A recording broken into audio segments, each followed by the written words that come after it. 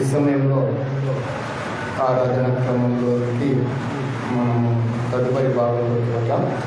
ఇది నా ఆరాధన క్రమంలో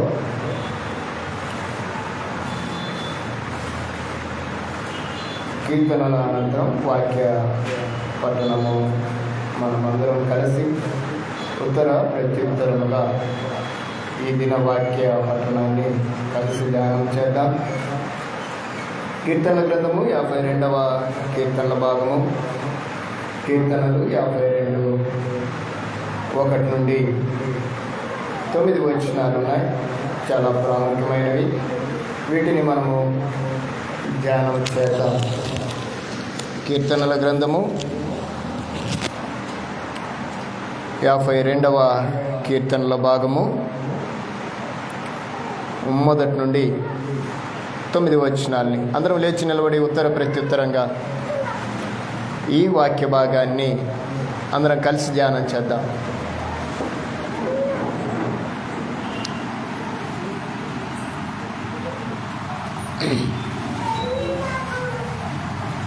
యాభై 1-9.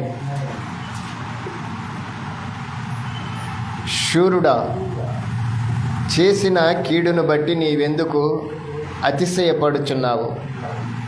దేవుని కృప నిత్యముండును.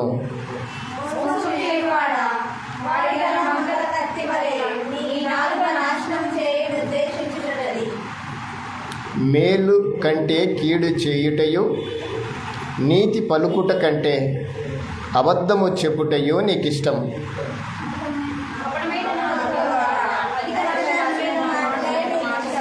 కావున దేవుడు సదాకాలము నిన్ను అనగగొట్టును. నిన్ను పట్టుకొని ఆయన నీ గుడారములో నుండి నిన్ను పెళ్ళగించును. సజీవులు దేశములో నుండి నిన్ను నిర్మూలము చేయి.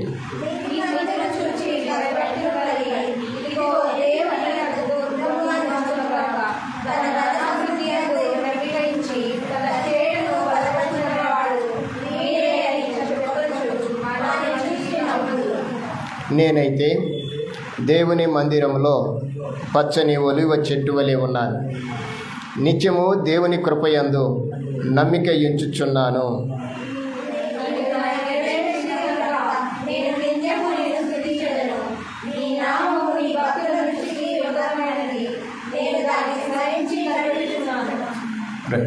కూర్చుందాం. ప్రార్థన చేసుకుందాం. అందరం తల్లు వచ్చి ప్రార్థన చేసుకుందాం.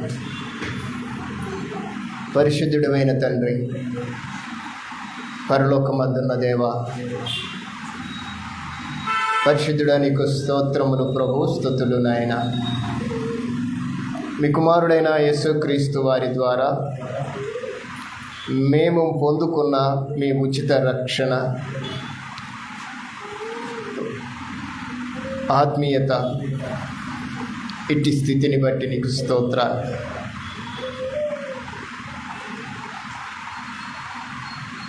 ఈ దిన ప్రాముఖ్యతలో ఆరాధన క్రమం కొరకై మమ్మలను మీరు సిద్ధపరిచినందుకై మీకు స్తుతులు. ఈ నూతన పునరుద్ధాన దిన ఆరాధన క్రమం కొరకు మేము సిద్ధపడగా ఇంతవరకు మీరు మాతో ఉండి మీ అధ్యక్షతలో ఈ క్రమాన్ని మీరు జరిగిస్తున్నారయ్యా, స్తోత్రాలు. ఇంతవరకు ప్రార్థనలోను, కీర్తనలు పాడుటలోను, వాక్య పఠనము ధ్యానించుటలో మాతో ఉన్నారు తండ్రి. ఈ దినమందు మీ మాటలు మేము వినాలి, మాతో మాట్లాడండి. మాకు కావలసిన ఆత్మీయమైన ఆహారాన్ని మాకు దయచేయండి. మీరే మాట్లాడండి.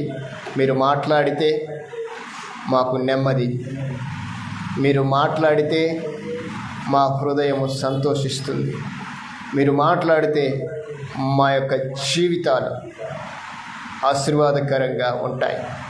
అట్టి మాటలతో మమ్మల్ని మీరు బలపరచండి. వినగలిగిన చెవులు, గ్రహింపు కలిగిన మనస్సు మా అందరికీ దయచేయండి. తెరవబడిన హృదయములు గలవారమై మీ మాటలు మా హృదయంలో చేర్చుకొని వాటి ప్రకారము నడుచుకుంటూ మా జీవితాల్ని ఈ భూమి మీద కొనసాగించుకునే స్థితిని మాకందరికీ దయచేసి మీరే మహిమ పొందుకోమని ఘనత మహిమ ప్రభావములను మీ నామానికి ఆరోపిస్తూ క్రీస్తు నామములో ఈ ప్రార్థన సమర్పించి పొందుకొంచున్నాము తండ్రి. ఆమేన్. ముందుగా మన పరమ తండ్రి అయిన దేవాతి దేవునికి నా యొక్క స్తుతులు స్తోత్రములు చెల్లిస్తూ ఉన్నా.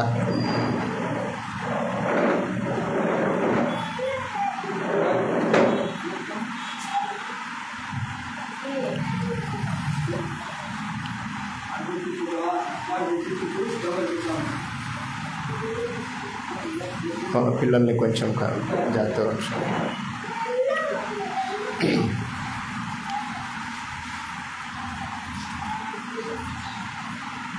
ఒక ప్రాముఖ్యమైన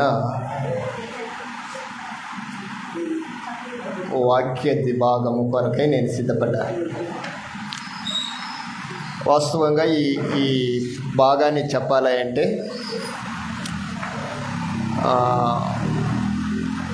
పరిపూర్ణతను లేకుండా ఈ వాక్యాన్ని మనం చెప్పుకోలేము. పరిపూర్ణతను లేకుండా ఈ వాక్యాన్ని గ్రహించలేము.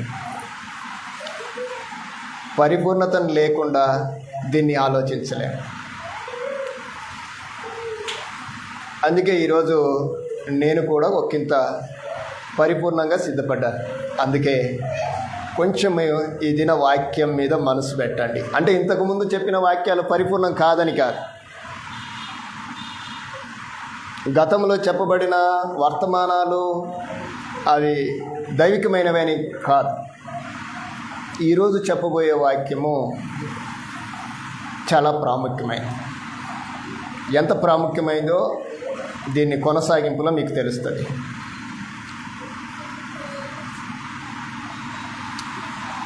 ఈ వాక్యం తెలియాలంటే మనకు చరిత్ర తెలియాలి అసలు, లేదా ఈ చెప్పబోయే వర్తమానం మనకు అర్థం కావాలంటే యేసుక్రీస్తు యొక్క నిజస్వరూపం తెలియాలి. యేసుక్రీస్తు నిజస్వరూపం అంటే మత్తయి సువార్తలో, మార్కు సువార్త, లూకా సువార్త, యోహాను సువార్తలో ఉన్న ఆ పిక్చర్ కాదు. ప్రారంభం మొదలుకొని ఆదికాండ గ్రంథం మొదలుకొని ఈ చివరి పుస్తకమైన ప్రకటన గ్రంథం ముగింపు వరకు యేసుక్రీస్తు యొక్క పరిపూర్ణమైన స్థితిని, స్వభావాన్ని మనము ఎరిగి ఉండాలి. అందుకే క్రైస్తవులుగా పిలువబడుతున్న ప్రతి ఒక్కరూ కూడా ఈ చివరి దినాల్లో, అంత్య దినాల్లో ఒకంత పరిపూర్ణతను లేకపోతే మనం చెప్పబోయే గ్రంథము మనల్ని హెచ్చరిస్తుంది. ఏంటి ఆ వర్తమానం అంటే ప్రకటన గ్రంథమే. ఎంతమంది ప్రకటన గ్రంథాన్ని చదివారు? చదవలేదా? నీకు విషయం చెప్పమంటారా? చాలామంది చదివితే ఋతు గ్రంథాన్ని చదువుతారు, స్త్రీలైతే. పురుషులైతే ప్రకటన గ్రంథాన్ని చదువుతారు. అసలు ప్రారంభించడం ప్రకటన గ్రంథంతో ప్రారంభించే వాళ్ళు లేకపోలే. చదవద్దని, చదవకూడదని నేను చెప్పడానికి ధైర్యం చేయాలి. చదివే ప్రతిసారి, మనం పుస్తకాన్ని లేకుంటే గ్రంథాన్ని చదివే ప్రతిసారి దానికి ఉండబడిన బయోపిక్ తెలియాలి. అంటే ప్రాథమిక విషయాలు తెలియాలి. ప్రాథమిక విషయాలు తెలియకుండా మనం ఏ పుస్తకం చదివినా దానివల్ల ఏ ప్రయోజనము ఉండదు. మనం ఏమైతే చదువుతామో అది కదా అనుకుంటాం, అంతే. చదవబడిన, రాయబడిన లేఖన భాగాలన్నీ పరిశుద్ధాత్మ దేవుడు తన ఆత్మ ప్రేరేపణ ద్వారా, ఆత్మావేశము ద్వారా రాయించబడినాయి. ఈ బాగా ఆలోచించాలి. ఏదో సరదాగా రాసినవి అయితే కాదు. ఎలా రాశారు ఈ గ్రంథాన్ని అంటే ఆత్మావేశముతో రాశారు. బాగా గుర్తుపెట్టుకోండి మాట. బైబిల్లో పేతురు రాసిన పత్రికలో ఈ మాట మనం చూస్తాం. ఈ లేఖనాలను ఎలా రాశారంటే పరిశుద్ధాత్మ ప్రేరేపణ వలన, దైవావేశం వలన కలిగిన లేఖనాలు అని రాయబడింది. ఇది తిమోతి పత్రికలో, పేతురు పత్రికలో మనం చూస్తాం. వినండి. అంటే లేఖనాలు పరిశుద్ధాత్మ ద్వారా దైవావేశముతో రాశారు. మీరు ఎప్పుడన్నా ఆవేశముతో ఏమైనా చేశారా? మనకు ఆవేశం వస్తే ఏమొస్తుంది చెప్పండి? కోపాన్నే ఆవేశం అంటాం. ఆవేశం వస్తే ఏమొస్తుంది మనకి? స్త్రీలకైతే ఏడుపు వస్తుంది, మగవాళ్ళకైతే ఎవరినొకరిని కొట్టాలనిపిస్తుంది. ఇది భౌతికంగా. దేవుడు ఈ లేఖనాల్ని రాయించేటప్పుడు 40 మంది ప్రవక్తలని, లేకుంటే 40 మంది వ్యక్తులతో ఈ మాటలు మాట్లాడేటప్పుడు, ఇదిగో నేను చెప్తున్నాను రాయి అన్నట్లుగా రాయమనలా. ఆవేశం అంటే సీరియస్గా మాట్లాడాడు అని అర్థం. బాగా గుర్తుపెట్టుకోండి. మన మైండ్, మన ఆలోచన ప్రకారం, దైవికమైన ఆలోచన ఆవేశంతో అంటే ఈ మాటలు అంతలో ఎలా రాశాడంటే సీరియస్గా రాశాడు. మీకు అర్థం చేసుకోవడానికి చెప్తాను, మీకు అర్థమయ్యటానికి చెప్తాను. ముఖ్యముగా అని చెప్తాం ఉత్తరం రాసేటప్పుడు కదా, ప్రాముఖ్యంగా. ఇవన్నీ కాదండి, ఇది ముఖ్యము అని చెప్తాం. చెప్పే మాటలన్నింటిలో కూడా ఒక ప్రాముఖ్యతను తీసుకొని వచ్చే సంఘటన ఏమైనదో ఉంటే దాన్ని కొంచెం అండర్లైన్ చేసినట్టుగా మాట్లాడతాం. ఏంటి అంటే దాన్నే మనం ఏమంటామంటే కొంచెము దైవావేశముగా మాట్లాడిన మాటలు, అంటే సీరియస్గా ఈ మాటలు రాశారు. సిలిగా రాయలేదు, జోక్గా రాయలేదు దేవుని మాటలు. చాలామంది ఈ మాటలను చెప్పేటప్పుడు కొంచెం సిల్లీగా, జోక్గా మాట్లాడతారు. అది వాళ్ళ విఘ్నత. కానీ లేఖనము దైవావేశం వలన, పరిశుద్ధాత్మ ప్రేరేపణ వలన కలిగిన లేఖనము, మనము దాన్ని ఆలోచించేటప్పుడు కూడా ఎలా ఆలోచించాలి చెప్పండి? ఇప్పుడు వాళ్ళు సీరియస్గా రాశారు, దీన్ని ఎలాగ తీసుకుందాం? ఏమా సీరియస్గా రాశారు అంటున్నాను, అంటే ఆవేశంగా రాశారు, దీన్ని ఎలా తీసుకుందాం? మనం కూడా సీరియస్గానే తీసుకోవాలి, అంటే ఒళ్ళు దగ్గర పెట్టుకునే తీసుకోవాలి అని అర్థం మన భాషలో. కనుక ప్రకటన గ్రంథాన్ని గురించి చెప్పేటప్పుడు ప్రకటన గ్రంథం యొక్క స్థానం తెలియాలి ముందు. మనం మొట్టమొదటిగా ప్రకటన గ్రంథాన్ని గురించి మాట్లాడేటప్పుడు ప్రకటన గ్రంథం యొక్క స్థానం తెలియాలి. ఈ పుస్తక క్రమంలో ప్రకటన గ్రంథం యొక్క స్థానం ఎంతో చెప్తారా? ఏ స్థానంలో ఉంది ప్రకటన గ్రంథ స్థానం? ఇది పుస్తకంలో లేకుంటే గ్రంథంలో ఏ స్థానంలో ఉంది అది? అమ్మా చివరిలో ఉందా? మీ పాత పుస్తకాలకైతే మీ బైబిల్లో చూడండి, ఆ పుస్తకం చినిగిపోయి ఉండొచ్చు. ఉన్నాయా అలాంటి పుస్తకాలు? మనం ఒకవేళ వాడుతూ ఉన్నట్లయితే ఆ పుస్తకంలో మొట్టమొదటిగా చినిగిపోయేది ఏంటంటే ఆదికాండమన్నా చినిగిపోవాలి, లేకపోతే అసలు నేనేమంటానంటే ప్రాముఖ్యమైన ఏంటంటే ఈ రెండే, ప్రారంభము. బైబిల్లో ఒక మాట రాయబడింది, సీరియస్గా చెప్తాను. ఒక జ్ఞాని అన్నాడు, ఏమని అన్నాడంటే కార్యారంభము కంటే, ప్రారంభము కంటే ముగింపు మేలుగా ఉంటుంది అన్నాడు. కనుక ముగింపు అనేది మేలు అని చెప్పుకునే క్రమంలో ప్రకటన గ్రంథం మనకు ఎక్కడుంది అంటే చివరి పుస్తకంగా ఉంది. ఉండబడిన 66 పుస్తకాలలో 66వ పుస్తకము ప్రకటన గ్రంథం. ఇంకొక మాట చెప్పమంటారు ప్రకటన గ్రంథం గురించి? కొన్ని చెప్తాను. 65 పుస్తకాలను ఒక పక్కన పెట్టేసి, బాగా వినండి నా మాటలు, 65 పుస్తకాలను ఒక పక్కన నిలబెట్టి 66వ పుస్తకాన్ని ఒక పక్కన నిలబెడితే సమానంగా కనపడతాయి. అంటే 65 పుస్తకాల్లో ఉండబడిన సమాచారం అంతా, బాగా చెప్పనండి, 66వ పుస్తకంలో ఉంది అని చెప్పడానికి. అలాగని 66వ పుస్తకం చదివి అంతా చదివానని అనగాకండి. 66వ పుస్తకం చదవాలంటే ఈ 65 పుస్తకాలని మనం ధ్యానం చేసి ఉండాలి. మీకు అర్థమవుతుంది అనుకుంటాను. అంటే బైబిల్ పరిపూర్ణంగా మనము చదవాలి, ధ్యానించాలి, పరిశీలించాలి, పరీక్షించాలి.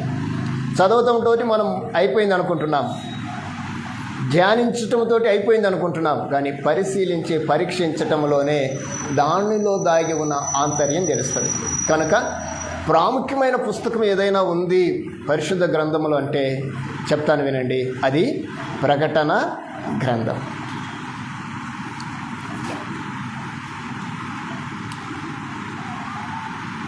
ప్రకటన గ్రంథం గురించి తెలియాలంటే నేను ముందుగానే చెప్పాను, చరిత్ర తెలియాలి మనకి.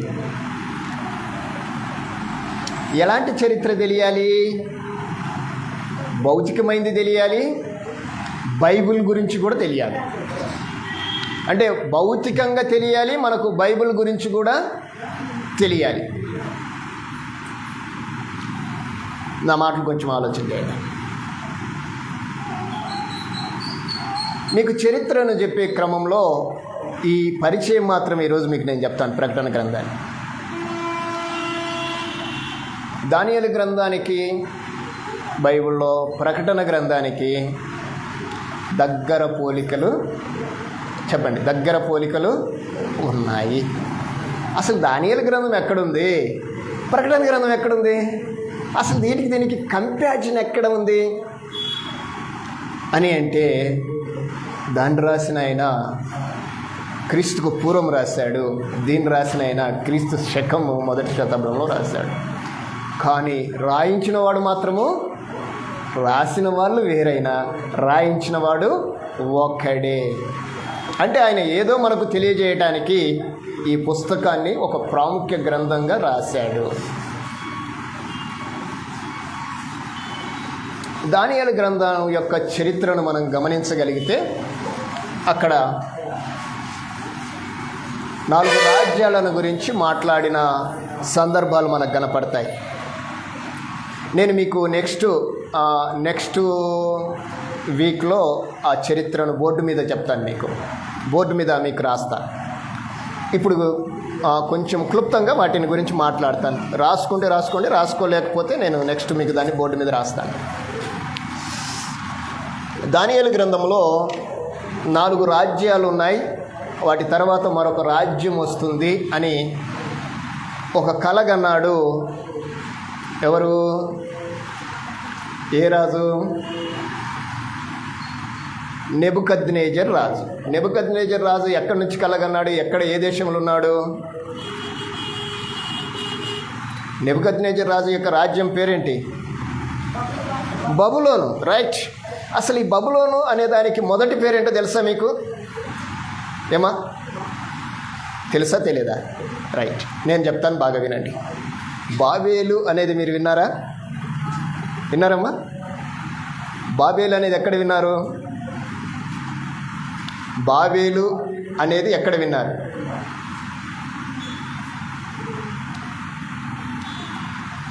మీకు అర్థమవుతుందమ్మా? బాబేలు అనేది ఎక్కడ చదివారు? ఏ పుస్తకంలో చదివారో చెప్పండి. అదైనా అధ్యాయం కరెక్ట్గా చెప్పాల్సిన పని లేదు. బాబేలు లేకుంటే బాబేలు గోపురము అనే మాటని మీరు పరిశుద్ధ గ్రంథంలో ఎక్కడ చదివారు? ఆదికాండంలో చదివారు. రైట్, చాలా సంతోషం. ఆదికాండంలో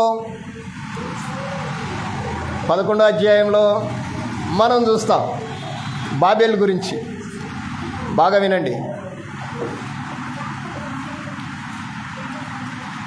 మీకు అర్థమవుతుందమ్మా? ఆ బాబేలే బబులోన్. మిమ్మల్ని ఎక్కడి నుంచి ఎక్కడికి తీసుకొచ్చామో కొంచెం ఆలోచన చేయండి. ఆ బాబేలే బబులోన్.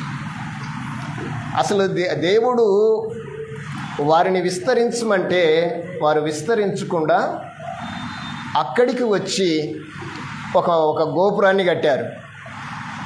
దేవుడేమో మీరు విస్తరించండి అని చెప్పాడు. వాళ్ళేమో అసలు మనం విస్తరించడం కాదు, ఇక్కడనే ఒక గోపురం కడదాం, మనం ఆకాశ మండలానికి ఎక్కిపోవాలని ఆలోచన చేశారు. దేవుడు వచ్చి చూసేసరికి కోపం వచ్చింది, అక్కడి నుంచి వారిని చెదరగొట్టారు. అదే బాబేలు. బాబేలుకు అర్థం ఏంటంటే తారుమారు అని అర్థం. ఆ బాబేలే ఆ బబులోను. మళ్ళీ జనం ఎక్కడికి వచ్చారో చూడండి. బబులోనుకు రాజుగా ఉండబడిన నెబుకద్నెజరు పాలనలో, బాగా వినడమ్మా, ఈ నెబుకద్నెజరు ఒక కలగన్నాడు. మీకు తెలుసా? చదివారా మీరు? నెబుకద్నెజరు కలగన్నాడు. అప్పటికే యూదులను చెరలోనికి తీసుకొని వచ్చిన దినాలవి. చెరలో యూదులు ఉన్నారు. ఆ యూదులను చెరలోనికి తీసుకొని వచ్చిన క్రమంలో రాజైన నెబుకద్నెజరు ఒక కలగన్నాడు. ఎందుకు చరిత్ర చెప్తున్నానో అర్థం చేసుకోండి. కలగన్నాడు. ఏం చేశాడు చెప్పండి? కలగన్నాడు, మర్చిపోయాడు. బాగా వినండి, కలగన్నాడు, మర్చిపోయాడు. ఇప్పుడు రాజుకు ఆ కళను తెలపాలి, కళ భావము కూడా తెలియచేయాలి. రాజు దగ్గర ఉండబడిన సంస్థాన అధిపతులందరినీ, జ్ఞానులను, దానికి సంబంధించిన అన్ని విధాల సకల విద్య ప్రావీణ్యత కలవారందరినీ కూడా తన సంస్థానంలో నిలబెట్టేసి రాజు అందరినీ నిలబెట్టేశాడు. అందరినీ పిలిపించాడు. ఆ సంస్థానంలో ఎవరెవరైతే ఉన్నారో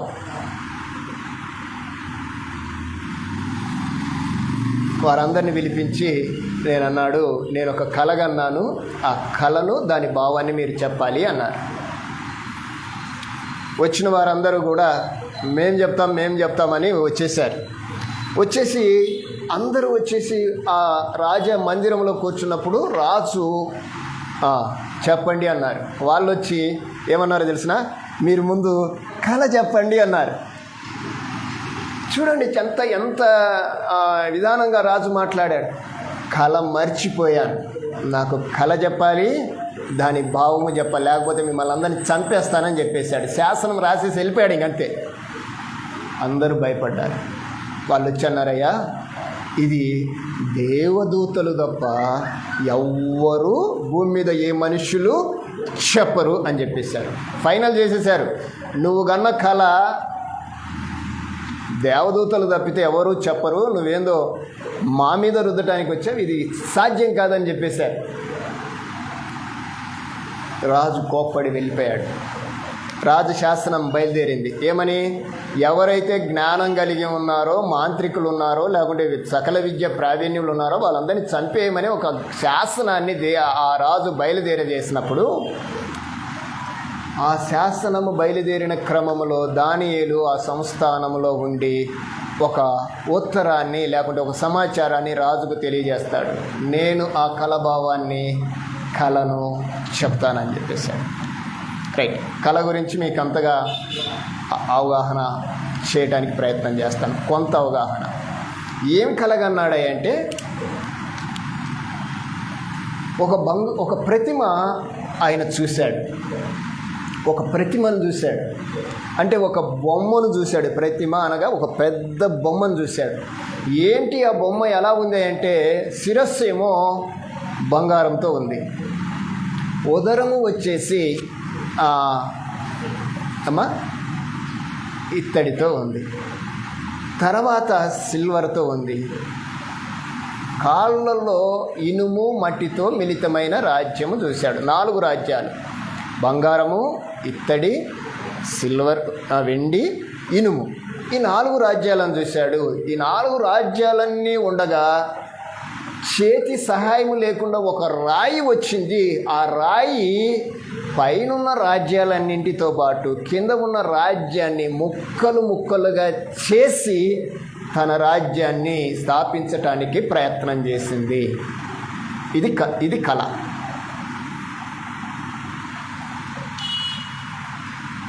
ఆయన కన్న కళ అది. ప్రతిమ కనపడింది. వెండి, బంగారము, ఇత్తడి, ఇనుము. బాగా వినండి, క్షమించండి, మీకు ఇత్తడి అని చెప్పిట్టాను. వెండి, బంగారము, వెండి, ఇత్తడి, ఇనుము. ఇలాగా ఈ క్రమాన్ని ఆయన చూశాడు. ఈ క్రమంలో ఆ ప్రతిమ ఏమైపోయిందంటే, ఒక రాయి వచ్చింది. ఆ రాయి ఆ ప్రతిమను ఏం చేసిందంటే దంచి అని రాయబడింది. బాగా వినండి. పొడి చేసి అది ఇసిరిపడేసింది. ఆ రాజ్యము ముందు ఏ రాజ్యము కూడా నిలవదు అని దానియేలు గ్రంథంలో రాయబడింది. చాలామంది ఆ 4 రాజ్యాల గురించి సర్వే చేశారు. ఆ రాజ్యాలను పొడి చేసిన రాయిని గురించి సర్వే చాలా కొద్దిమంది చేశారు. అందరూ చేయరని చెప్పలే, కొందరు చేశారు. ఆ రాజ్యాలే: మొదటి రాజ్యము బబులోను సామ్రాజ్యము, బంగారం వంటిది. దాని తర్వాత మాదియా పారసిక రాజ్యము వచ్చింది. అది వెండి వంటిది. తర్వాత గ్రీకు రాజ్యం వచ్చింది, అది ఇత్తడి వంటిది. ఆ తర్వాత ఇనుము రాజ్యం వచ్చింది, ఇనుము ప్లస్ మట్టి కలిసిన రాజ్యం, అది రోమా రాజ్యం.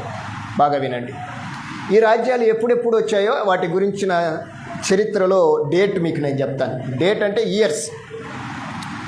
బబులోను రాజ్యము క్రీస్తుకు పూర్వం BC, బిఫోర్ క్రైస్ట్, 606 నుండి 538 సంవత్సరాలు ఉంది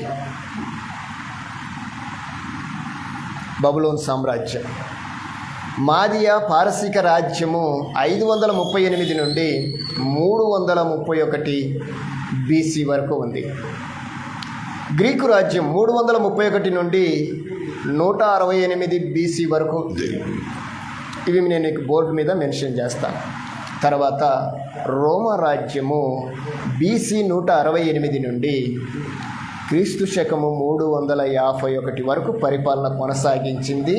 ఆ పరిపాలన తదంతరము ఆ రాజ్యము విడివిడిగా లేకుండా ముక్కలు చెక్కలైపోవటము, ఒకరు అంటే ఒకరు పొసకకపోవటము, రకరకాలుగా అయిపోయిన ఆక్రమంలోనే ఒక రాజ్యము వచ్చింది.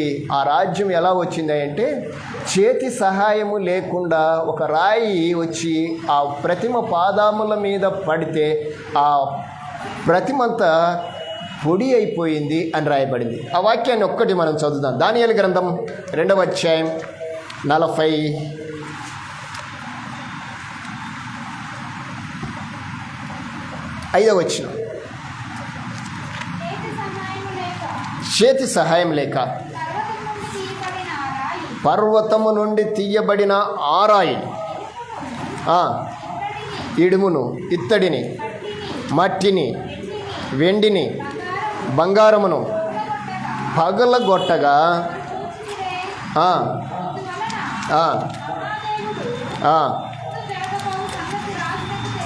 ముందు జరగబోవు సంగతులు రాజునకు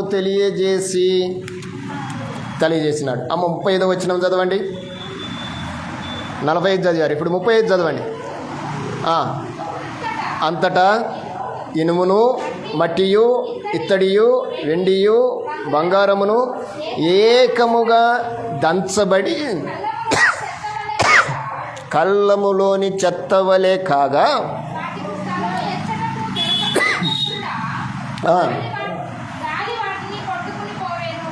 కొట్టుకొని పోయెను. ప్రతిమను విరగగొట్టిన ఆరాయి సర్వభూతలమంతా. రైట్ అమ్మ, ఇది మీరు అండర్లైన్ చేసుకోండి. ఆ రాయి ఏంటో ఒక మెసేజ్ ఇద్దాం. ఇది అండర్లైన్ చేసుకోండి. ఏంటి ఆ రాయి? ఈ రాయి ఏం చేసింది చెప్పండి? ముందున్న 4 రాజ్యాల్ని ఏం చేసిందమ్మా? ముందున్న 4 రాజ్యాల్ని ఏకముగా దంచబడి కళ్ళములోని చెత్త వలె చేసింది. బాగా వినండి, ఏ రాయో? ఏదో కలం అంటే ఆ రాజ్యాల కంటే కూడా ఒక బలమైన రాజ్యం ఒకటి వస్తుంది. అది పర్వతము నుండి వచ్చింది. మరలా అది ఏమైంది అంటే మహాపర్వతం అయింది. ఏంటిది? రాయి ఎక్కడి నుంచి వచ్చింది? పర్వతం నుండి వచ్చింది. ఆ పర్వతం నుండి వచ్చిన రాయి మరలా ఏమైంది అంటే ఏమైందమ్మా? మహాపర్వతం అయింది. ఏంటో ఈ మిస్టరీ, ఏంటో ఆ ఆత్మీయ అర్థాన్ని అది అండర్లైన్ మాత్రం చేసుకోండి. దాని గురించిన ఒక సమాచారం మనం విందాం. రైట్, చరిత్ర. ఇది చదవటానికి గల కారణం ఏంటంటే మనం ప్రకటన గ్రంథాన్ని ధ్యానిస్తున్నాం. ఫస్ట్ ఆఫ్ ఆల్ ఇది మైండ్లో ఉండాలి. అంటే చరిత్ర ఎక్కడి నుంచి ఎక్కడికి వచ్చింది అంటే క్రీస్తు పూర్వం 606 నుండి క్రీస్తు శకము 476 వరకు వచ్చింది. బాగా వినండి అమ్మా. అంటే ఈ కాలంలోనే ఒక కార్యం జరిగింది. ఏం జరిగిందో చెప్పండి? క్రీస్తు శకం 476 అయింది కదా. క్రీస్తు శకంలో ఏం జరిగింది? ఏం జరిగిందమ్మా? ఏంటి మీరు ఏం మాట్లాడరు? యేసుప్రభు వచ్చాడు. ఎప్పుడు వచ్చాడు? ఆ రాజుల కాలంలో. 44 చదవండి అక్కడనే.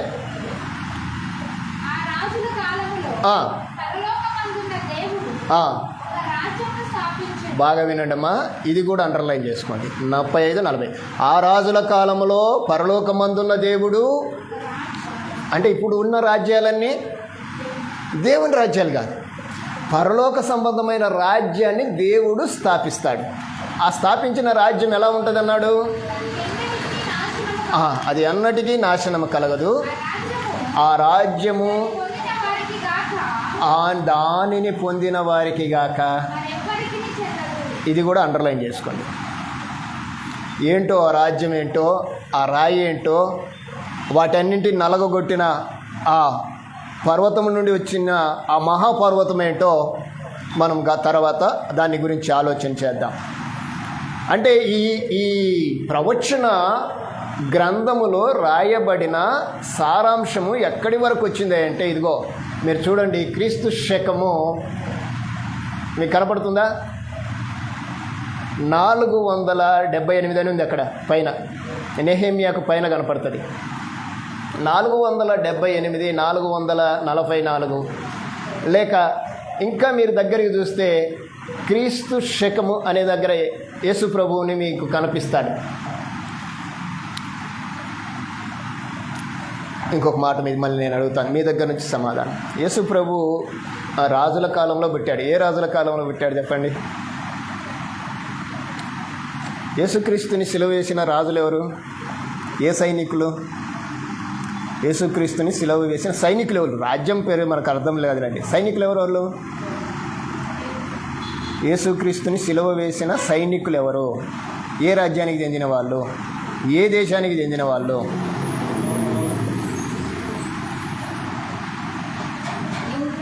యూదులా? రైట్, యూదులే సిలువ వేశారు. యూదులు సిలువ వేయటానికి అప్పగించారు. యూదులు సిలువ వేయాలి. యూదులు సిలువ వేయటానికి ఆస్కారం లేదు. ఏదో రోజు రాజు కాదమ్మా. ఏ రోజు రాజు ఆయన కొలిక్ అనమాట. ఆయన ముఖ్యమంత్రి, ప్రధానమంత్రి ఒక ఆయన ఉన్నాడు ఆ దేశానికి.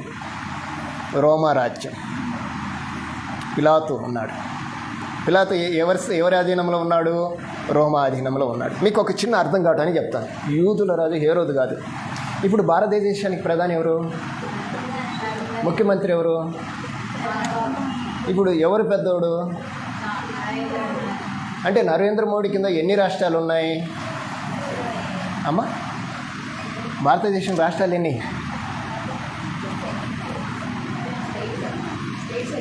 స్టేట్స్ అమ్మా 28 అంతేనా? మీరు చరిత్ర తెలుసుకోవాలి. చదువుకున్న పిల్లలు తెలుసుకోవాలి. రైట్, నేను ఆ సబ్జెక్ట్ మళ్ళీ వేరుకు పోయింది. యేసు ప్రభు ఏ రాజ్యుల కాలంలో వచ్చాడంటే రోమా రాజుల కాలంలో వచ్చింది. రాయి ఏ రాజుల మీద పడుతుంది? రోమా రాజుల మీదనే పడుతుంది. ఆ రాయి ఏంటో, రాజ్యం ఏంటో మనం తర్వాత చూద్దాం. దాని గురించిన ప్రస్తావన మనకు ప్రకటన గ్రంథం మధ్యలో వస్తుంది. రైట్, ఇది చరిత్ర. దేని గురించి? రాజులను గురించిన చరిత్ర. మరి ప్రకటన గ్రంథం ఎందుకు చదువుతున్నామా అంటే, ప్రకటన గ్రంథంలో ఏముందో పరిశుద్ధ గ్రంథం 65 పుస్తకాల్లో అదే ఉంది. అంటే ప్రకటన గ్రంథంలో ఉన్న ప్రతిదీ కూడా పరిశుద్ధ గ్రంథంలోని 65 పుస్తకాలని సపోర్ట్ చేస్తూ వస్తుంటుంది. ఎక్కువ పుస్తకాన్ని దేన్ని సపోర్ట్ చేస్తుంది అంటే దానియేలు గ్రంథాన్ని. ఇది మీరు మర్చిపోవద్దు. నేను ఇప్పుడు ప్రకటన గ్రంథం దగ్గరికి వస్తున్నాను. ఇప్పుడు ప్రకటన గ్రంథం యొక్క వివరణలో చరిత్రను విన్నాం. చివరి పుస్తకం లాస్ట్ ఈజ్ బెస్ట్ అన్నట్టుగా. మీరు ఎప్పుడైనా చలిమంట వేసుకుంటే తెలుస్తుంది మీకు. వేసుకున్నారా? చలిమంట ఎప్పుడైనా కాగారా? ఆఖరి మంట ఎప్పుడైనా వేసారా? ఏమంటాం చెప్పండి? ఆఖరి మంట కాకరగా అంటాం. రైట్, ఫైనల్ చాలా ప్రత్యేకంగా ఉంటుంది. అది ముగింపు. రైట్, అయితే ప్రకటన గ్రంథంలో ఉన్న ప్రత్యేకత ఏంటి అనేది మనకు తెలియాలి. మీరు వింటున్నారు అనుకుంటున్నాను. నేను చాలా పరిచయాన్ని క్లుప్తంగా ముగిస్తాను, ఎక్కువసేపు చెప్పడానికి ఇష్టపడను. ఇప్పుడు ప్రకటన గ్రంథం యొక్క చరిత్రను విన్నాం. ఇప్పుడు ప్రకటన గ్రంథం అంటే ఏంటో తెలియాలి మనకి.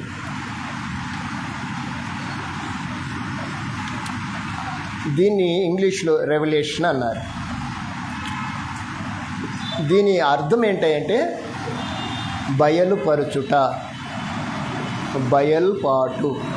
ప్రకటన గ్రంథం ఏంటంటే బయలుపరచుటము, ప్రత్యక్షత. తెలుగులో ప్రత్యక్షత అంటారు, దీన్ని బయలుపరచుట లేకుంటే బయలుపరచటము అని. అంటే దీన్ని ఎవరు కూడా ముయ్యొద్దు అని అర్థం అనమాట. అంటే ఎవరు కూడా చదవకుండా ఉండొద్దు అనేది ఆత్మీయార్థం. మీకు ముందే చెప్పాను, ఈ పుస్తకాలు రాసింది ఎలా రాశారు? సీరియస్గా రాశారు. సీరియస్గా అంటే చెప్పండి, దైవావేశంగా రాశారు. అంటే అంత ఆషామాషిగా ఏ పుస్తకం ఏ లేఖనము రాయలేదు. ఈ గ్రంథంలో రాస్తూ ఏం చెప్పాడంటే, ఈ గ్రంథాన్ని చదివిన వారు ధన్యులు, ధ్యానించువారు ధన్యులు, వినువారు ధన్యులు అని చెప్తూ, ఈ గ్రంథంలో నుండి ఏది కూడా మీరు తీసేయద్దు, కలపొద్దు, తీసినా కలిపినా శాపమన్న ధన్యతను గురించి చెప్పాడు. తేడా చేస్తే శాపం కూడా ఉంటుంది అన్నాడు. అందుకే చాలామంది ఈ గ్రంథాన్ని చూసి భయపడతారు. చదవులు ఓయమ్మో ఎందుకంటారు. ఆ ఒక్క గ్రంథాన్ని గురించి అమ్మ కాదు, పరిశుద్ధ గ్రంథాన్ని అంతటిని గురించి మాట్లాడిన మాట. ఈరోజు గ్రంథంలో నుండి చాలామంది తీసేస్తున్నారు, కలుపుతున్నారు, ఇష్టం వచ్చినట్టుగా మాట్లాడుతున్నారు. అది వేరే విషయం, అది వాళ్ళ విఘ్నత. మనం అలా చేయడానికి వీల్లేదు. రైట్. ప్రకటన గ్రంథాన్ని రాసిన గ్రంథకర్త తెలియాలి ముందు మనకి. పుస్తకం తెలియాలంటే గ్రంథకర్త, పుస్తకం ఏంటో చెప్పాను, గ్రంథకర్త ఎవరు అంటే ఈ గ్రంథాన్ని రాసిన ఆయన యోహాను గారు. యోహానే కానీ ఈయన ఎక్కడ కూడా నేను అపోస్తలుడను అని మాత్రము, అసలు శిష్యులందరిలో కంటే పెద్దోడు ఎవరు, మంచి జ్ఞానవంతుడు ఎవరంటే యోహాను గారు. అందరికంటే పెద్దోడు పేతురైనా ప్రత్యేక స్థానాన్ని కలిగిన వాడు మాత్రము యోహాను. శిష్యులలో అందరూ కూడా వారి యొక్క మరణము చాలా ప్రమాదకరంగా జరిగినాయి. ఎవరు కూడా సహజ మరణాన్ని పొందిన వారు కాదు శిష్యులలో అందరూ. కానీ ఒక్క యోహాను మాత్రమే సహజ మరణము పొందాడు అనడానికి కొన్ని రుజువులు ఉన్నాయి. అంటే సహజ మరణం అంటే చాలా తాఫీగా పండుకొని నిద్రపోయినాడని కాదు. ఈయన పడాల్సిన పాటలన్నీ పడ్డాడు. ఎక్కువ రోజులు బతికాడని చెప్పారు, కానీ ఎక్కువ కష్టాలు పడ్డాడు యోహాను గారు. ఎవరు యోహాను? ఎక్కడున్నాడు బైబిల్లో మనకి అంటే యేసుక్రీస్తు శిష్యులలో ఉన్నాడు. అలాగని యేసుక్రీస్తుని గూర్చి రాసిన పుస్తకాల్లో ఒక పుస్తకాన్ని యేసుక్రీస్తుని పరిచయం చేసిన వాడు కూడా యోహాను. బాగా వినండి. యేసుక్రీస్తునికి 4 వ్యక్తులు పరిచయం చేశారు. ఎవరిని? యేసుక్రీస్తుని. ఎవరు వాళ్ళు? యేసుక్రీస్తుని పరిచయం చేసిన వాళ్ళు, భౌతికంగా ఆయనను గురించి పరిచయం చేసిన వారు 4 ఉన్నారు. ఎవరెవరు? మత్తయి గారు, మార్కు గారు, లూకా గారు, యోహాను గారు. రైట్. ఈ 4 గురించి ఒక 4 మాటలు చెప్తాను. మత్తయి, మార్కు, లూకా, యోహానులలో అందరూ శిష్యులు కాదు. మత్తయి గారు శిష్యుడే, కానీ ఆయన ఎవరికి రాశాడు అంటే పుస్తకాలు రాసిన క్రమం ఉంది. బాగా వినండి. ఈ పుస్తకాలు ఒక్కొక్కళ్ళు, ఈ 4 పుస్తకాలు 4 మనస్తత్వాలను బట్టి రాశారు. మత్తయి గారు యూదులకు రాశాడు. అంటే యూదులు యేసుక్రీస్తుని యేసుక్రీస్తుగా మెస్సయ్యగా అంగీకరించడం లేదు. అందుకని ఆయన యూదులలో నుండి వచ్చినవాడు, యూదుల ద్వారా అధికారి చేయబడ్డవాడు, యూదుల యొక్క మనస్తత్వాలు ఎరిగినవాడు. ఎవరు? ఈ మత్తయి. ఈయన ఎవరో తెలుసా మనకు బైబిల్లో పరిచయం అవుతాడు. ట్యాక్సీ కలెక్టర్గా, సుంకపు గుత్తాదారుడిగా పరిచయమైన మత్తయి గారు రాసిన పత్రిక మత్తయి. అసలు ఆయన్ను ముందే తీసుకొచ్చారు దేవుడు, ఎందుకో తెలియదు. ఎందుకంటే ఈ విషయం ముందు తెలియాల్సింది యూదులకి. అందుకనే ఈ మత్తయి గారు మత్తయి సువార్త ఎవరికి రాశాడంటే యూదులకు రాశాడు. బాగా వినండి. ఇక తర్వాత ఆయన ఎవరమ్మా? మార్కు గారు. మార్కు గారు శిష్యుడు కాదు, అపోస్తలులతో నడిచినవాడు. బాగా వినండి అమ్మా. మార్కు శిష్యుడు కాదు, అపోస్తలులతో నడిచినవాడు, పౌలు పరిచర్యలో సహకారిగా ఉన్నవాడు. ఈయన లెటర్ రాశాడు. ఎవరికి రాశాడు? ఈయన యేసుక్రీస్తుని గురించి రాశాడు. ఏమని రాశాడంటే, ఎవరికి రాశాడంటే రోమీలకు రాశాడు. మత్తయి సువార్త యూదులకు రాస్తే మత్తయి గారు, మార్కు రాసిన సువార్త ఎవరికి రాశాడంటే రోమీయులకు రాశాడు. బాగా వినండి.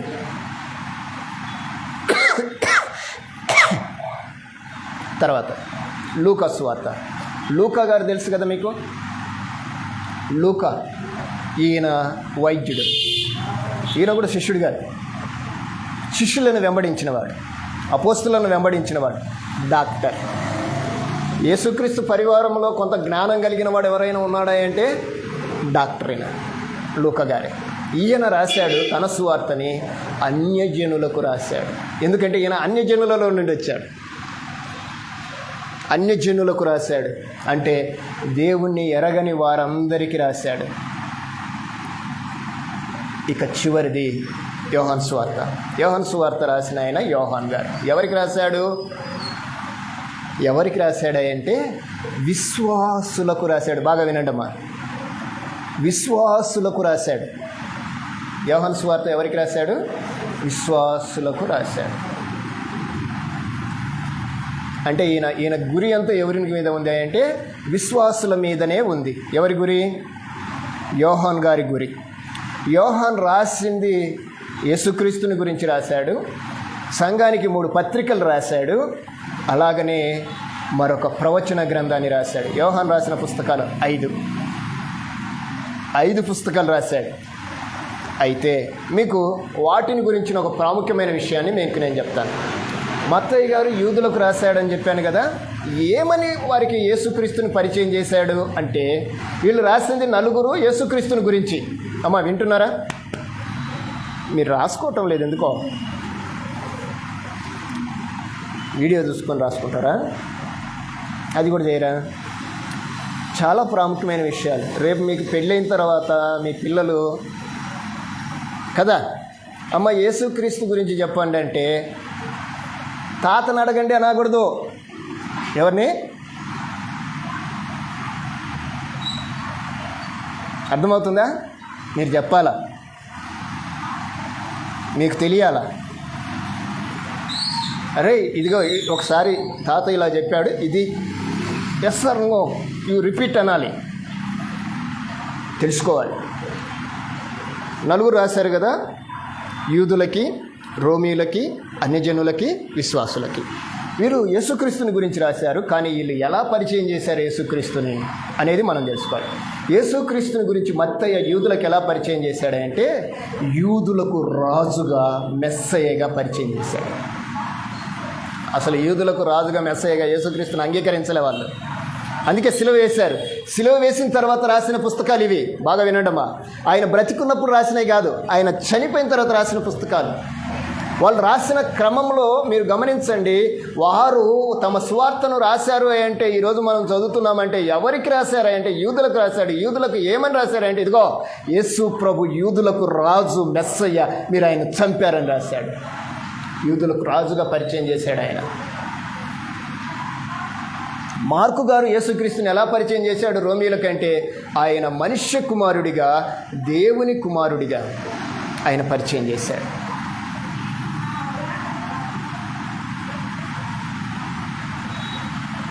మనుష్య కుమారుడిగా, దేవుని కుమారుడిగా పరిచయం చేశాడు. ఇంకా పోతే లూకా గారు ఆయనను గురించి ప్రస్తావిస్తున్న మాట ఏంటంటే ఆయన మనుష్య కుమారుడిగానే ఆయన ప్రస్తావించి రాశాడు. ఈయన కూడా 2 విధాలుగా రాశాడు. దేవుని కుమారుడని కూడా చెప్పాడు, సర్వోన్నతుని కుమారుడని మాట్లాడాడు. ఇక యోహాను గారు యేసుక్రీస్తుని ఎలా పరిచయం చేశాడంటే దేవుడు అని పరిచయం చేశాడు, వాక్యము అని పరిచయం చేశాడు, సత్యము అని పరిచయం చేశాడు. ఎవరికి పరిచయం చేశాడు? విశ్వాసులకి. లూకా అన్యజనులకు పరిచయం చేశాడు ఆయన మనుష్య కుమారుడిగా. మార్కు గారు దేవుని కుమారుడిగా పరిచయం చేశాడు. ఒక ఆయన యూదులకు రాజుగా పరిచయం చేశాడు. ఈ పరిచయం చేసిన వాళ్ళు పరిపూర్ణంగా క్రీస్తుని గురించి తెలిసిన యోహాన్ గారు ఇక్కడ మనకు కనపడతాడు. ఆయనే ఈ పుస్తకాన్ని రాశాడు. ప్రకటన గ్రంథాన్ని రాసిన ఆయన యోహాన్ గారు. మీకు ఏమైనా సందేహాలు ఉంటే మాట్లాడవచ్చు. అయితే ఈ పుస్తకంలో ముఖ్య ఉద్దేశం, ప్రధాన ఉద్దేశం, బైబిల్లో ఈ పుస్తకాన్ని గురించిన ప్రధాన ఉద్దేశం భవిష్యత్తులో జరగబోయే సంఘటనలు తెలియజేస్తుంది. ఈ పుస్తకము భవిష్యత్తులో జరగబోయే సంగతులను తెలియజేస్తుంది. అయితే ఇది దాచవలసినది కాదు, బయలుపరచవలసినది. అందుకే దీన్ని ప్రకటన గ్రంథం అని చెప్పారు. ఇందులో ఏమున్నాయంటే యేసుక్రీస్తు యొక్క రాకడ, లోకానికి తీర్పు, దేవుని రాజ్య స్థాపన మరియు దుష్ట శక్తుల మీద ఓటమి అనేది ఉంది. ఈ పుస్తకంలో ఏమున్నాయంటే రాజ్యము పరిపూర్ణంగా స్థాపించబడాలి. రాజ్యము స్థాపించబడితేనే కదా క్రీస్తు తన రాజ్యాన్ని తీసుకునేది. అంతే కదమ్మా. పెళ్లి కుమార్తె సిద్ధపడితేనే కదా పెళ్లి చేసుకునేది. మీకు అర్థమయ్యేటట్టుగా చెప్తాను అలంకారిక భాషలో. యేసుక్రీస్తు పెళ్లి కుమారుగా రాబోతున్నాడు. పెళ్లి కుమార్తె సిద్ధపడాలి. పెళ్లి కుమార్తె సిద్ధపడాలంటే రెడీ అయి ఉండాలి. అంటే పరిపూర్ణంగా పెళ్లి కుమార్తె నేను రెడీ అంటే అప్పుడు పాస్టర్ గారు వచ్చి ప్రార్థన చేసి స్టేజ్ మీదకి తీసుకెళ్తాడు. కానీ ఇక్కడ పాస్టర్ గారు లేరు. పెళ్లి కుమార్తె తనకు తానుగా సిద్ధపడాలి. అలంకరించబడిన వధువుగా తాను సిద్ధపడి ఐఎమ్ రెడీ అంటే ఆయన వస్తాడంతే. అందుకే యేసుప్రభు ఆలస్యం చేస్తున్నాడంటే ఇంకా ఆమె సిద్ధపడలే. ఎవరామె? పెళ్లి కుమార్తె. పెళ్లి కుమార్తె అంటే రైట్, అంతవరకు మైండ్లో ఉంచుకోండి. సంఘము ఇంకా సిద్ధపడలేదు అంటే అర్థం ఏంటంటే ఇంకా సంఘములో చేర్చబడని వారు ఉన్నారు అని అర్థం. మీకు అర్థమవుతుందమ్మా? మనం ఒక్కలమే పరలోకం పోయామనుకోండి, మనం న్యాయస్థలమా అన్యాయస్థలమా? మీరే చెప్పండి. అదేంటండి ఆరాధన చేస్తున్నా, ప్రభు వల్ల చేస్తున్నాం కదా, రైట్, చేయాల్సిన చేస్తాం, మరి అందరు రాలేదే అంటే ఇంకా మన వరకే సిద్ధపడ్డాం వ్యక్తిగతంగా, ఇంకా మన వారు కూడా సిద్ధపడాలి. అంటే సంఘం సిద్ధపరచబడాలి. రైట్. యేసుక్రీస్తు యొక్క రాకడం తెలియజేస్తుంది. దేవుని రాజ్యస్థాపన, దుష్ట శక్తుల ఓటమి. ఇకపోతే ఈ గ్రంథ నిర్మాణాన్ని గురించి మాట్లాడాల్సి వస్తే మొదటి 5 అధ్యాయాలు, చివరి 4 అధ్యాయాలు, బాగా వినండి, మొదటి 5 అధ్యాయాలు, చివరి 4 అధ్యాయాలు ప్రస్తుత కాలానుక్రమముగా ఉంటాయి. మీకు అర్థమవుతుంది అనుకుంటా నా భాష. ప్రస్తుత కాలానుక్రమంగా ఉంటాయి.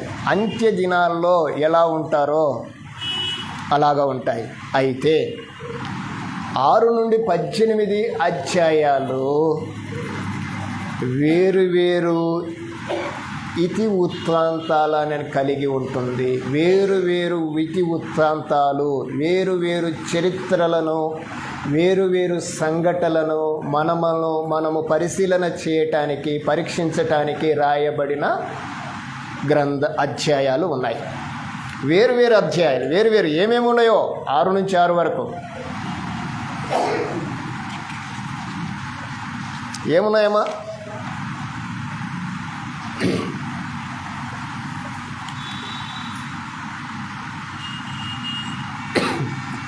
చాలా ఉన్నాయి. ఈ పుస్తకము అర్థం మంచిది. ఈ పుస్తకంలోని అర్థం మంచిది. ఇది దేవుని పిల్లలను భయపెట్టేదైతే కాదు. చాలామంది దీని గురించి మాట్లాడుతూ కొంచెం భయపెట్టే మాటలు చెప్తారు.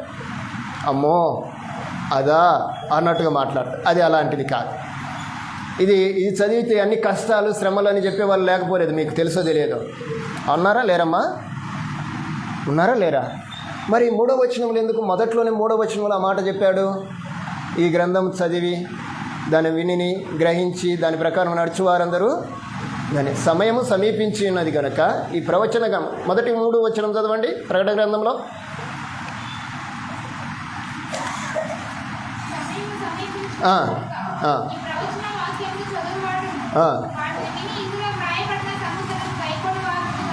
రైట్. టైం దగ్గర పడింది. ఇప్పుడు మనం ఏ దినాల్లో ఉన్నాము? అంచె దినాల్లో ఉన్నాం. రైట్. ఇది మనకే. ఆయన ఎప్పుడు రాశాడు? 1వ శతాబ్దంలో రాశాడు. ఈ పుస్తకం రాసింది క్రీస్తుకు శకము 90-95 సంవత్సరాల్లో రాశాడు. అప్పుడు రాశాడు దీని గురించి. ఎప్పటికీ అంచె దినాల వరకు దీన్ని ముద్రించమన్నాడు. ఎవరో మీకు గత వారం చెప్పాను. దానియేలుతో మాట్లాడితే ఏమన్నాడంటే ఆ గ్రంథాన్ని ముద్రించమన్నాడు, కానీ ఈ గ్రంథాన్ని బయలుపరిచాడు. ఆ గ్రంథములోని మాటలు ఎలా ఉంటాయంటే దానియేలు అంత్యకాలము వరకు ఈ గ్రంథాన్ని ముద్రించు అని చెప్పాడు. కానీ ఈ గ్రంథం చివరిలో చూస్తే దీన్ని ముద్ర వేయవలదు అని చెప్తాడు.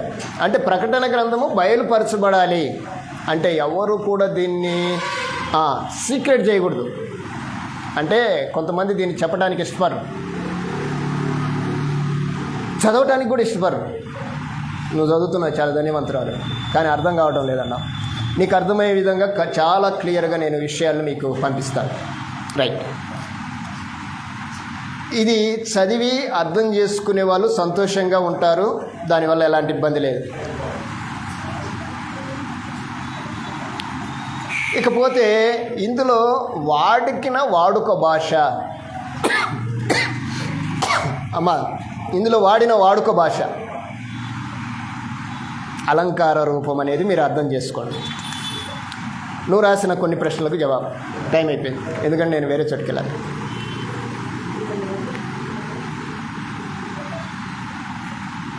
వేశ్య, మహాబబులోను అనబడిన వేశ్య. ఒకే ఆన్సర్. గ్రీకు సామ్రాజ్యం, క్షమించండి, రోమ సామ్రాజ్యం. ఇంకా గట్టిగా చెప్పాలంటే ఆర్సియం బ్యాక్గ్రౌండ్. పోపు ఈరోజు ఏది ప్రకటిస్తే అది ప్రపంచమంతా పాటించాలి. Still there now. మీకు తెలుసా ఆ విషయము? ఈరోజు పోపు మీరు ఆదివారం కాదు సోమవారము మా ఆరాధన చెయ్యాలి అనిగిన ఒక ఆజ్ఞ ఇస్తే నువ్వు నేను కూడా సోమవారమే చేయాలి. సముద్రం మీద కూర్చున్న ఆ మహా వేశ్య అని రాయబడింది. అంటే అలంకార రూపకంగా వాడిన ఒక ప్రాముఖ్యమైన భాష ఏంటంటే ఒక రాజ్యాన్ని, ఆ రాజ్యాన్ని పరిపాలిస్తున్న రాజును, వ్యక్తిని చూపిస్తుంది. ఇది ఏ రాజ్యం అంటే రోమా రాజ్యం. రోమ్ నేటికి కూడా ప్రపంచాన్ని శాసిస్తుంది. దాన్ని గురించి అపోస్తుడైన ఈయన మాట్లాడితే ఏమన్నాడంటే అది మహా వేశ్య అన్నాడు. అదేంటి అసలు? ఎవరు మాట్లాడతారు అలాంటి మాటని? ఎవరు మాట్లాడారు అలాంటి మాటని?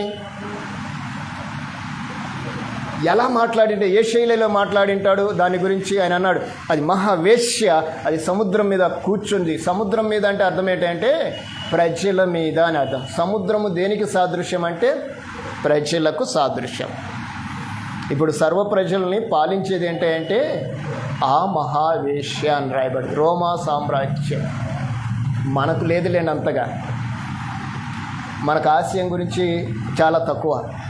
ఎక్కడ కొన్ని జిల్లాల్లో, మరికొన్ని జిల్లాలకు పోతే ఆర్సిఎం బ్యాక్గ్రౌండ్ లేకుండా ఏమి కూడా చేయరు. మీకు ఈరోజు ఒక మ్యారేజ్ జరుగుతుంది. ఈరోజు వాస్తవంగా మన చట్ట ప్రకారం ఆదివారం మ్యారేజ్ చేయకూడదు తెలుసా? కానీ ఆర్సిఎం వాళ్ళు ఈరోజు మ్యారేజ్ చేస్తున్నారు. ఆ మ్యారేజ్కి మేము వెళ్ళాలి. ఇప్పుడు నేను అడిగాను ఆదివారం ఏంటంటే ఆదివారం కూడా మ్యారేజ్ చేస్తారంట వాళ్ళు.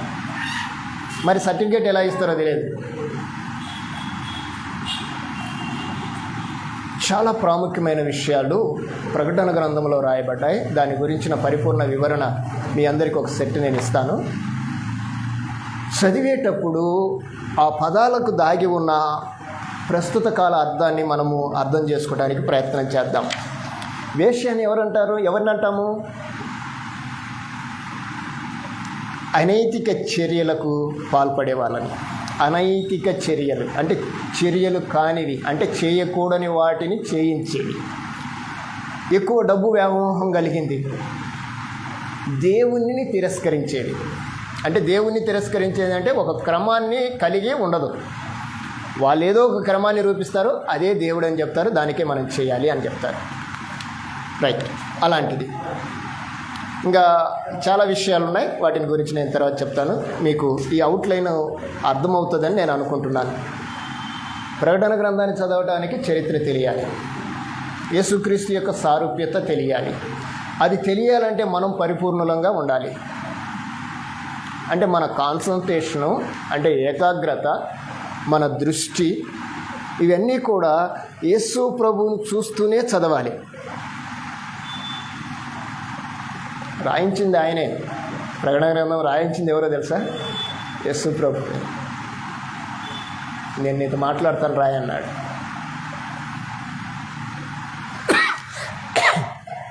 రాసిన ఆయనను చూడకూడదు, రాసిన అక్షరాలను చూడకూడదు, దాన్ని రాయించిన ఆయనను చూస్తూ చదవాలి ఈ పుస్తకాన్ని. అప్పుడు అర్థమవుతుంది. రైట్. చాలా విషయాలు మీకు నేను నెక్స్ట్ వీక్లో ఒక సెట్ ఇస్తాను. అది ఇచ్చే ముందుగా గత వార ప్రశ్న నేను కంక్లూడ్ చేస్తాను. 666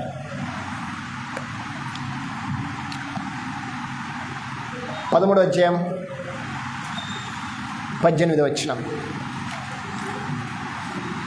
త్వరగా చదవండి.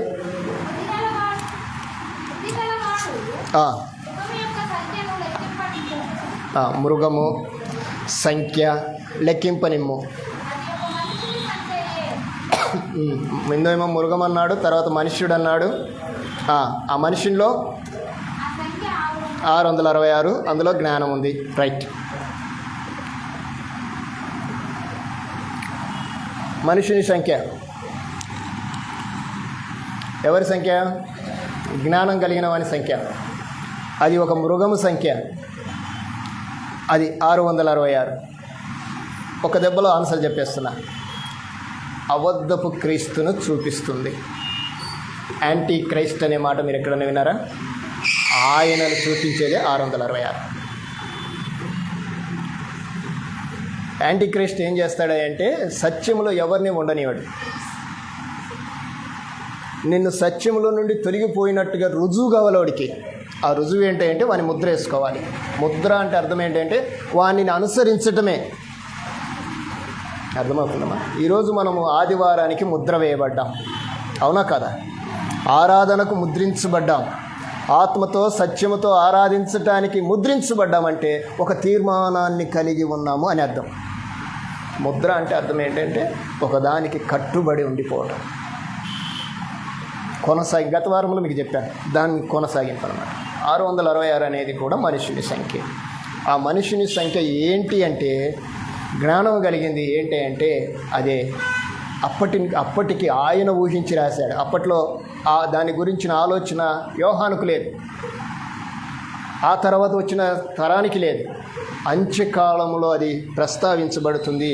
ఆ అంత్యకాలంలో ప్రస్తావించబడిన 666 కంప్యూటర్.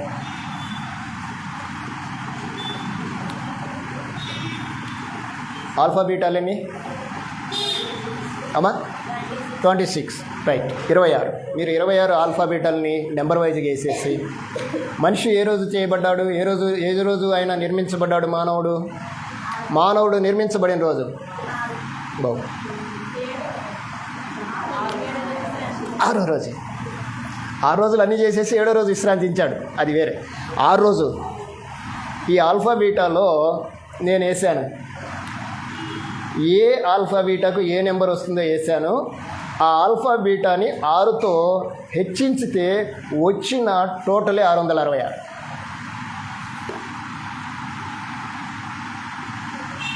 మీరు అర్థం చేసుకోవడానికి ప్రయత్నం చేయండి.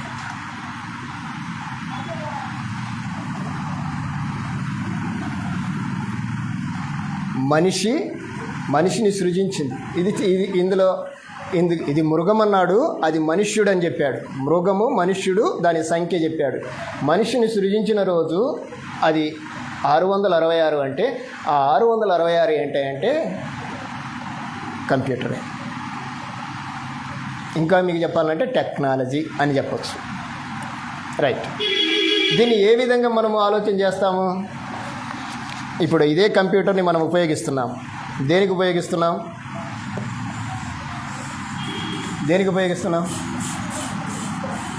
చెప్పండి, మీరు చెప్పండి.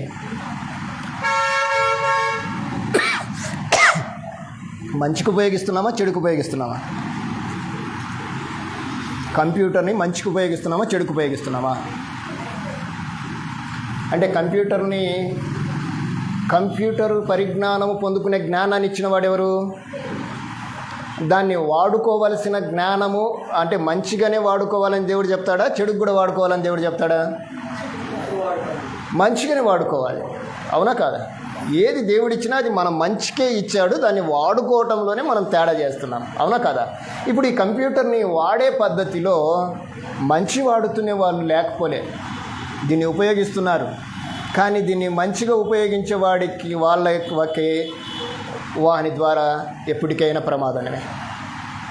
అసలు దీన్ని తయారు చేసింది దేనికోసమో తెలిసిన, మనుషులను మంచిగా లేకుండా చేయటానికి. బాగా గుర్తుపెట్టుకోండి. ఇంకొక విషయాన్ని చెప్తాను, మనుషులు మంచిగా నిలబడతారో లేదో తెలియజేయటానికి కూడా. ఏదైనా తోటలో మంచి చెడ్డల ఫలాన్ని పెట్టాడు. ఎందుకు పెట్టాడు?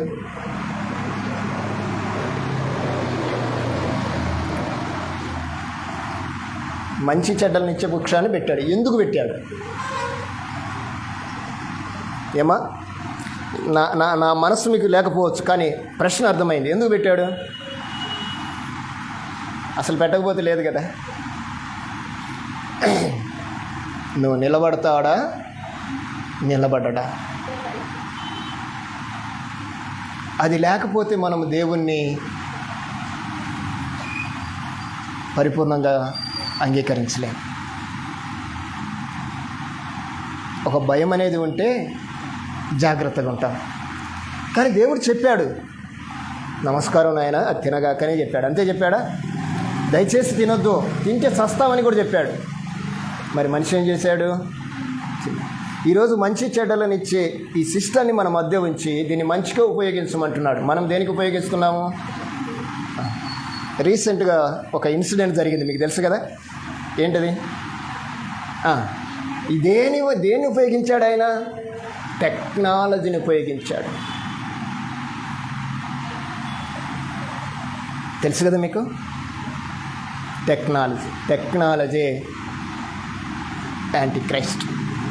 ఈరోజు టెక్నాలజీ మనల్ని అంతగా ఉపయోగించుకోవాల్సిన అవసరం లేదు, కానీ దాన్ని ఉపయోగించేవాడు ప్రమాదంలోనే ఉంటాడు. ఇంకొక విషయం చెప్తాను, దీని వరకు అక్కడ పెట్టేసాను. ఇప్పుడు సాతాను ప్లాన్ ఎలా ఉంటుంది అంటే చాలా పకడ్బందీగా ఉంటుంది. పూర్వకాలంలో ముగించేస్తాను. పూర్వకాలంలో ఈ ఒక్క మాట చెప్పి ముగిస్తాను. మనకు సినిమా థియేటర్లు తెలుసు. మనమందరం సినిమా చూడాలంటే ఎక్కడికి వెళ్ళి చూసేటోళ్ళము? థియేటర్కి వెళ్ళి చూసేటోళ్ళం, అవునా కదా? ఎవరి ప్లాన్ అది?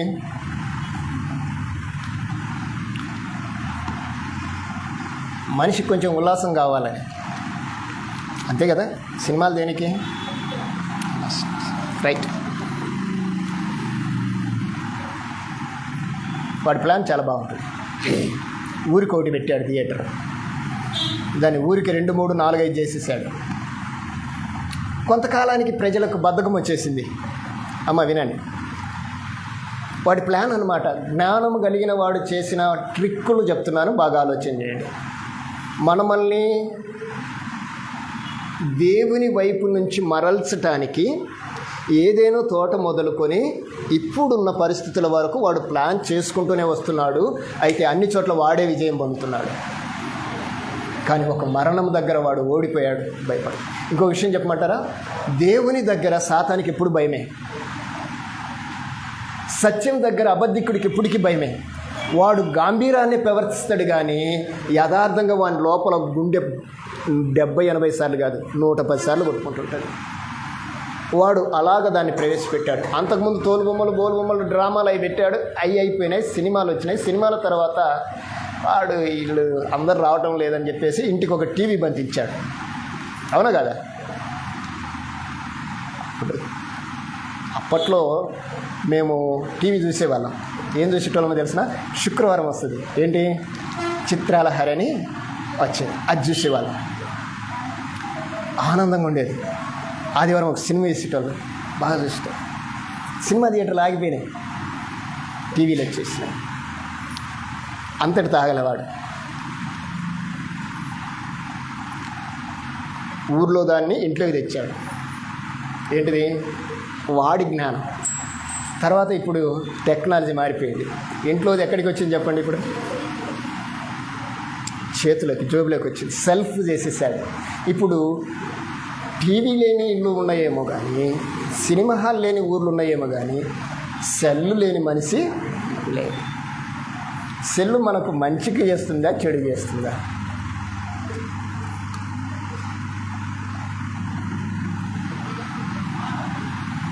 మీరే ఆలోచించండి దాని గురించి. అలాగని అది ఉపయోగించుకోకుండా ఉండటం లేదు, కానీ అందులో చెడు ఎక్కువగా ఉంటుంది.